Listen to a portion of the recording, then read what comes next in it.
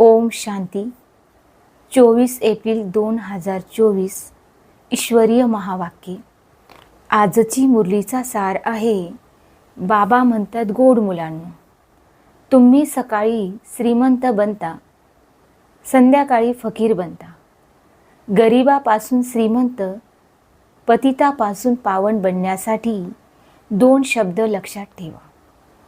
मन मना भव, मध्याजी भव. प्रश्न आहे, कर्म बंधनातून मुक्त होण्यासाठी कोणती युक्ती आहे? उत्तर आहे 1. आठवणीची यात्रा आणि ज्ञानाचे चिंतन. 2. सर्व संबंध अर्थात नाती एकाच सोबत असावेत, इतर कुठेही बुद्धी जाऊ नये. 3. जी सर्व शक्तिमान बॅटरी आहे त्या बॅटरी सोबतच योग लागलेला अर्थात जोडलेला असावा. पूर्णतः स्वतःवर लक्ष असावेत. दैवी गुणांचे पंख लागलेले असावेत. तेव्हा कर्मबंधनातून मुक्त होत जाल. धारणेसाठी मुख्य सार आहे. पहिली पॉइंट आहे, सुगंधित फूल बनण्यासाठी संगतीची खूप काळजी घ्यायची आहे. हंसासोबत संगत करायची आहे. हंस होऊन राहायचे आहे. मुरलीच्या बाबतीत कधीही बेपर्वा बनायचे नाही. निष्काळजीपणा करायचा नाही.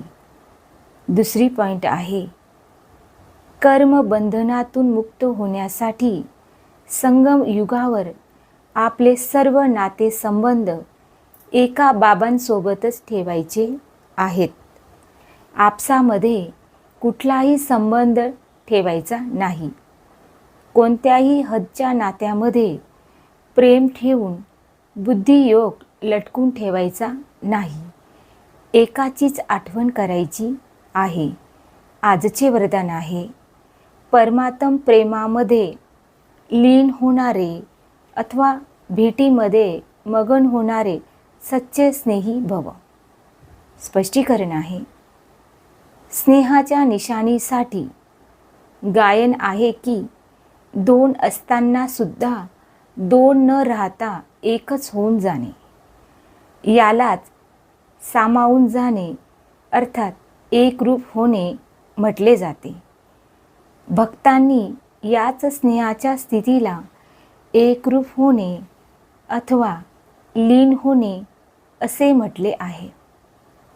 प्रेमामध्ये लीन होणे ही एक अवस्था आहे, परंतु या अवस्थेऐवजी त्यांनी अर्थात भक्तीमध्ये आत्म्याचे अस्तित्व कायमस्वरूपी समाप्त होणे असे मानले आहे.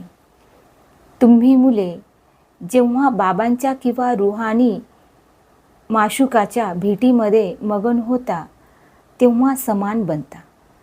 स्लोगन आहे, अंतर्मुखी तो आहे जो व्यर्थ संकल्पापासून मनाचे मौन धारण करतो. अंतर्मुखी तो आहे जो व्यर्थ संकल्पापासून मनाचे मौन धारण करतो. अच्छा, गोड गोड खूप खूप वर्षानंतर भेटलेल्या मुलांप्रती मात पिता बापदादांची प्रेमपूर्वक आठवण आणि सुप्रभात. आत्मिक पित्याचा आत्मिक मुलांना नमस्ते. अम्मा आत्मिक मुलांचाही आत्मिक पित्याला नमस्ते. ओम शांती.